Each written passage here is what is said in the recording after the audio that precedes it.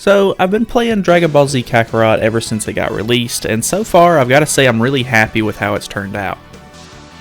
I think a lot of people were super skeptical when the game first got announced and everything, and they started to show off a lot of details, showing that you're actually going to have to level up your character, and there's all these RPG kind of elements, mixed in with the game, which, I mean, there's definitely some right to be kind of skeptical on that, because you don't know how it's really going to play out, but so far from my experience, it's really not been anything too crazy. The only thing is that I noticed that you level up kind of slow, but maybe that'll pick up later in the game. I've only completed one arc so far, so that's what we're going to be going over today, is the Saiyan arc.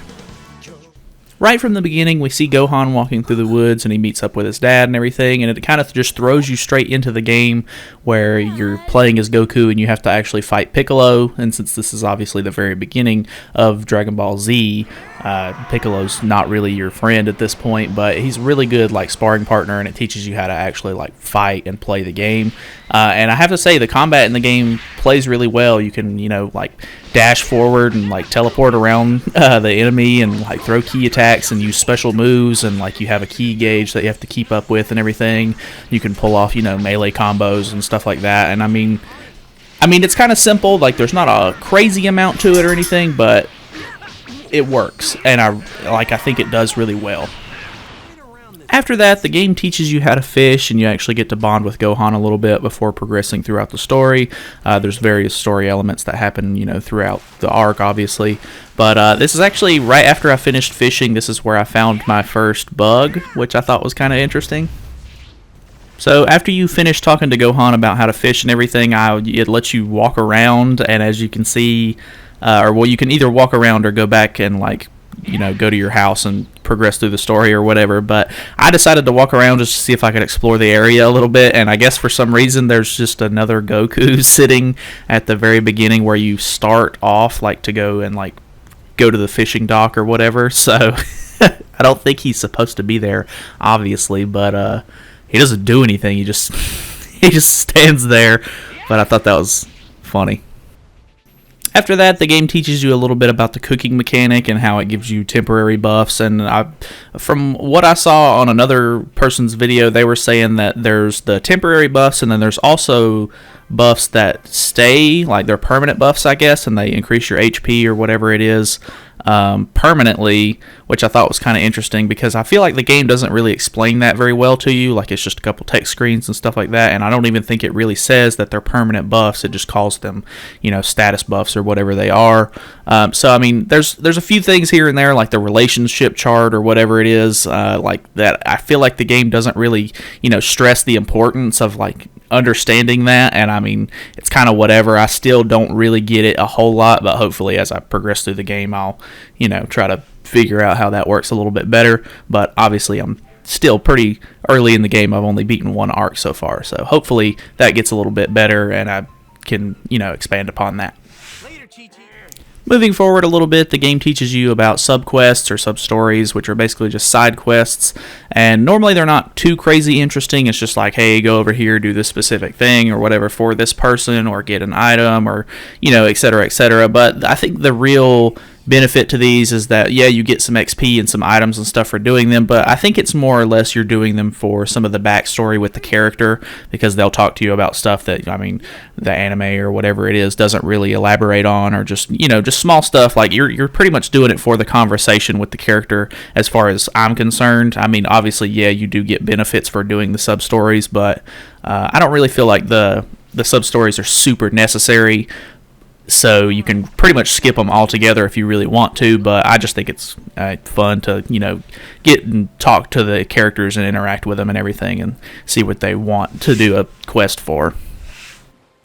As you can see on the screen right now, there's actually these little pictures that you can go around and find. I think they're really cool, actually. Probably one of my favorite parts of exploring the game is just going to these familiar areas that you see in the anime and stuff like that, and you can actually find those little photographs, and they're basically, I think most of the ones that I've found so far have been from Dragon Ball, but it's just hey, here's the, Kami house or whatever, and this is when, a picture of when, this person meets this person, or, et cetera, et cetera. In this picture that I'm about to pick up right here, it shows launch and everything, and it's just really cool. It's just a little bit of backstory from, Dragon Ball itself instead of Dragon Ball Z, and it just goes on about Goku's past, I guess. So after you spar with Krillin and do a little bit of talking with everybody at Kami House, obviously Raditz is going to, land on the planet, and he's looking for a Kakarot, of course. And this is kind of where you first realize that you're not going to be playing as just Goku in the story, because it kind of swaps you over to Piccolo, which I think is really cool. So you get to go and interact with Raditz a little bit before he actually meets Goku at Kami House, which I thought was kind of cool. There's like this sort of, it switches to characters that you don't like. You're not watching their point of view in the anime, I guess, so it's just like small little like subtext or like just small conversations here and there that you get to see, different characters interact that you've never seen interact before, I guess. So I thought that was really cool. Moving forward to the fight with Raditz, this was a really cool moment just because it's actually like a full-fledged boss fight where he almost has like not really different phases, but he kind of goes into these sections where he uses specific moves that you have to like almost do sort of like a mini game for. Like he does double Sunday or whatever the move is called, where he's basically shooting a beam out of both of his hands and he's like spinning around in the center, and it kind of locks your camera onto him, and you're having to like move up and down to dodge the beams and stuff like that. And I thought that was really cool. Like it's like a nice little like breakup of just the regular old like, hey, I'm gonna punch you and kick you to death and then use a Kamehameha every once in a while. So thought that was really cool. After the fight's over, you get to see some of these really cool cutscenes of, Gohan busting out of the Saiyan pod, and he headbutts Raditz, which was a really cool moment. And then you get to see the special beam cannon that gets shot through Raditz and Goku. And I really like the special effects, I guess, of I feel like they did a really good job of showing the blasts and like special attacks in the cutscenes. Like they look very well done, at least from my point of view. After Goku dies fighting Raditz, we pretty much move into the section that I'm going to call the Gohan Arc. And this is basically just where Piccolo trains Gohan to try to get stronger and everything, so that way when Vegeta and Nappa show up on Earth, that he'll be able to help fight them, because obviously they're going to be really strong. So this is basically just a whole section of Piccolo training Gohan, and like you get to play as Gohan a lot, and it swaps between him and Piccolo here and there, and it kind of shows you some cutscenes of Goku training on King Kai's planet, obviously because he has to make his way through Snake Way, but it kind of skips a lot of the stuff with Goku, and it really focuses on Gohan in this section, which I thought was really interesting. But I don't know, it's really cool because, I don't know, Gohan's probably my favorite character in the series as far as like protagonists go. So this was fun for me. I really liked it, but maybe not for everybody, considering the game's called Dragon Ball Z Kakarot. You would expect it to follow him more, and I really was expecting the game to let you train on King Kai's planet a little bit here and there, but it really was just like, oh, like here's a cutscene of what Goku's doing, but that's pretty much it. So finally, after a year has passed, the big boys show up. Obviously, this is where the arc really starts to heat up a lot, because, you fight some great Saiyamen, and everyone you know and love dies, as far as Yamcha and Tien and Chaozu and Piccolo.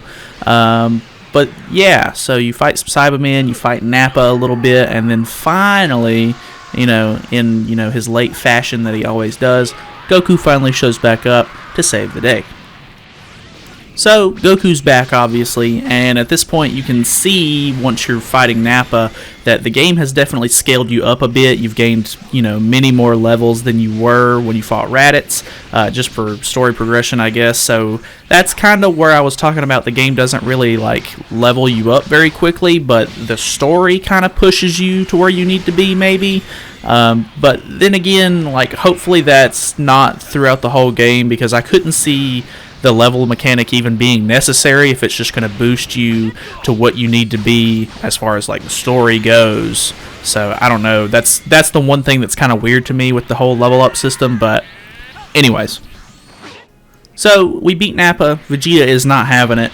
Nappa is obliterated, and we move on to the very cool section where we actually get to fight Vegeta in his couple of different forms here. So first up, obviously, it's just Goku fighting regular Vegeta in his Saiyan armor and everything, which is a really fun fight. There's not any, like, there are, like, moves that he does, kind of like how Raditz had his double Sunday move or whatever, but I would say that none of them are as fun and interesting enough to, like, go against as the Raditz, you know, double Sunday. But, I mean, you know, everybody has their own unique moves, and they can't all be as fun as double Sunday. Like, Raditz is the best. Anyway, moving on.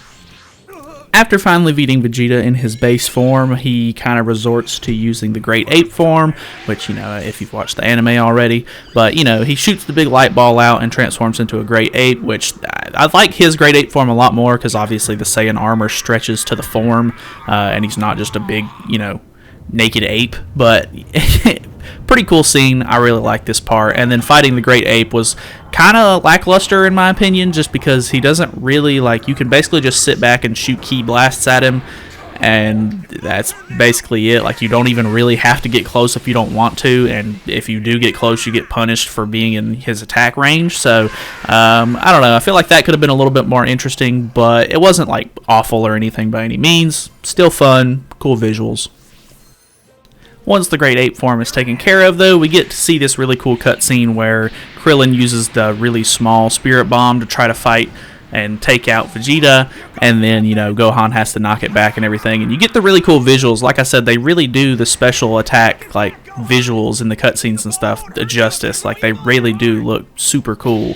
But obviously they take care of Vegeta and he doesn't get killed, so they let him leave, and yeah, that pretty much ends off the Saiyan saga, and then it kind of puts you into this sort of filler section where it kind of gives you like a couple of side quests that you can do and stuff like that, so that way you're not immediately pushed into the next you know, arc of the game, which I thought was kind of cool. It just lets you run around, and because I guess Goku is recuperating through this section, you're really just playing as Gohan, running around and doing side quests for whoever. You do some for Bulma, and I think you even do one for Pilaf, which is kind of funny. And yeah, so kind of a cool little, like, almost like a breather, like just a cooldown section, so that way you're not immediately thrown into the next, you know, pretty much the Frieza arc. So anyways, that's pretty much it for this, and that's it for the Saiyan arc. So thank you guys so much for watching. I'm going to keep playing through the game and everything, and I'll try to do another one of these once I get done with Frieza, and we'll see how it goes. I'll see if I've gotten any better and if I've understood any of these game mechanics anymore. So I'll see you guys in the next one.